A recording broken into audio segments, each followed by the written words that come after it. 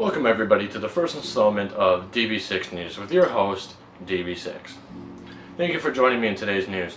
We will go over a couple of topics as regular news and YouTube news, and then we'll send it over to DB6 for sports. First on the agenda, we have homeless valedictorian awarded over $3 million in scholarships. This high school senior had scored a 4.3 GPA and a 31 on his ACT test while dealing with being technically homeless because he didn't have a permanent home and dealing with the death of his father. This is something that when I heard about the story, I took this to heart. I'm currently dealing with my father in hospice care due to cancer. So I, for one, can understand some of the hardships that this man had went through. And for him to do that well and excel in his senior year with the actual loss of his father and the lack of a permanent home and not knowing where his next meal is going to come from is truly extraordinary. And kudos to him, and my condolences to him and his family. And I'm very proud to know that there's people out there that really care about themselves and really want to make a difference. And him doing as well as he did, not letting the hardships really take hold of him, put him in a dark place, and kind of bring up and just put himself in a position where he could excel in is it's truly extraordinary.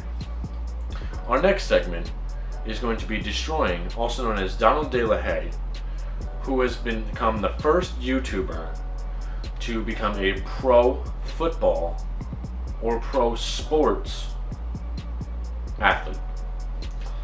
No one else has done this. There's been athletes that have become YouTubers, and there has been pro athletes that have channels and stuff like that, but there's never been a YouTube sensation that has become a pro athlete until Donald De La Haye. He has become the kicker / punter for the Toronto Argonauts, which is a Canadian football team.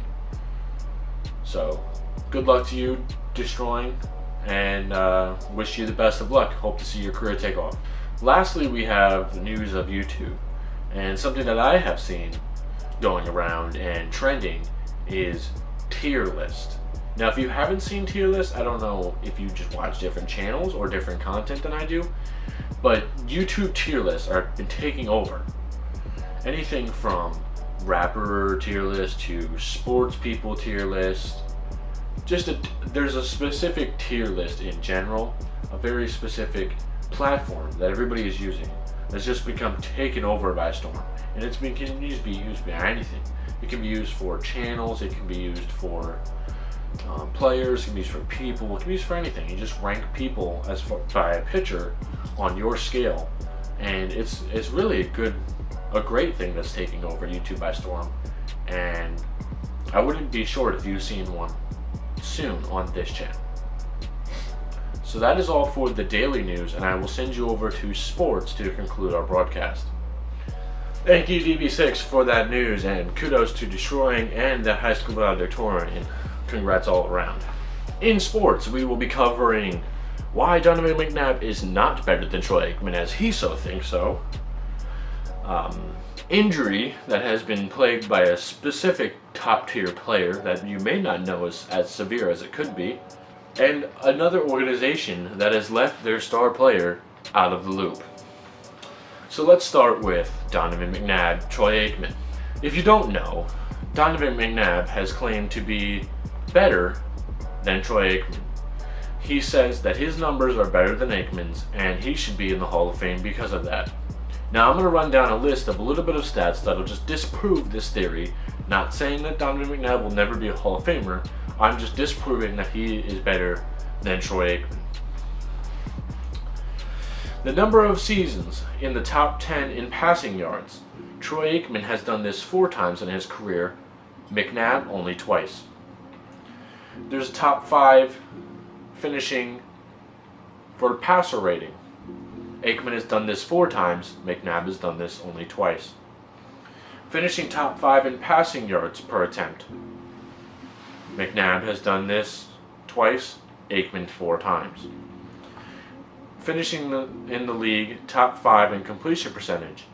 Aikman has done this 5 times, and McNabb 0.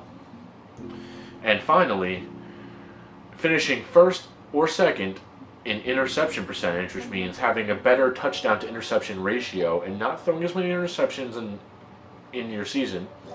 Troy Aikman has done this 3 times, McNabb only once. This alone should be enough to say that McNabb's numbers are not better than Aikman's. You can make the case, yes, McNabb has more passing yards, and yes, McNabb has more stats, so to say, but he also played in a more pass-heavy league, and he also played an extra season than Aikman. And you could try to say that McNabb didn't have a supporting cast, but McNabb did have T.O. and McNabb did have Brian Westbrook, which Brian Westbrook may not be as high of a caliber as Emmitt Smith was, but then again, you have to remember Brian Westbrook was a top talent in the league when he was playing. On to the injury that you guys may not know is as serious as it is. Todd Gurley, running back for the LA Rams, has had arthritis in his knee, which has caused him to miss games last season and has caused him to miss what everyone should know as playing time in the Super Bowl. If you're a fan of sports, this is truly sad. Todd Gurley also is in jeopardy of missing training camp, and if it can't be resolved or fixed, he may miss the entire next 2019 season, and it may end his career. There's been speculation that this is an untreatable injury, but there's no guarantee. They could very well treat this injury if they figure out a safe way to do so. But as of right now, the 2019 season for Todd Gurley is in jeopardy. And lastly, the team that has decided to leave their star player out of the loop is none other than the Baltimore Ravens, not informing Lamar Jackson that they're changing the entire playbook. Now, this isn't as insane as it may sound, because they're probably just retelling the playbook to conform to Lamar Jackson. They're doing this probably to help him, and not necessarily that they didn't tell him, but not alluding to it is definitely an issue, and they should have let him know ahead of time. But I don't think it's as big of an issue as a headline as it could be. But it's definitely something to make note of. And another thing I wanted to throw in before I send it back to DB6 to send you guys off. LeBron James. Everyone knows that he is the best in our generation right now. Its stats don't lie. There's a debate that he's the best ever between Michael Jordan. I personally believe Michael Jordan's better. That's for a different episode or a different segment. But LeBron James is undoubtedly one of the best NBA players in this generation, and probably one of the best all time. For the first time in, I would have to look up to see how long, but he has this year become All-NBA third team. There's been a lot of controversy over the All-NBA teams this year, with a lot of people being ranked higher than they should have been in a lot of people's cases, such as Paul George being in the first team All-NBA and Kawhi Leonard not being in first team All-NBA. And as you can see, Kawhi Leonard had single-handedly defeated the Milwaukee Bucks, which unfortunately is my team, and good luck Toronto, because we need somebody to stop the Warriors. That is all for the sports. I hope you guys enjoyed, and I will see you next time. Thank you, DB6, for that sports news. And thank you for joining us on this first ever episode of DB6 News.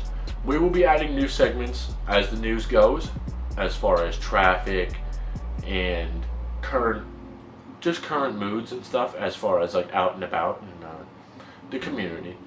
So feel free to continue to follow this series and this broadcast as it grows into something I hope will be extraordinary. I will see you on the next broadcast. Have a nice day and take care.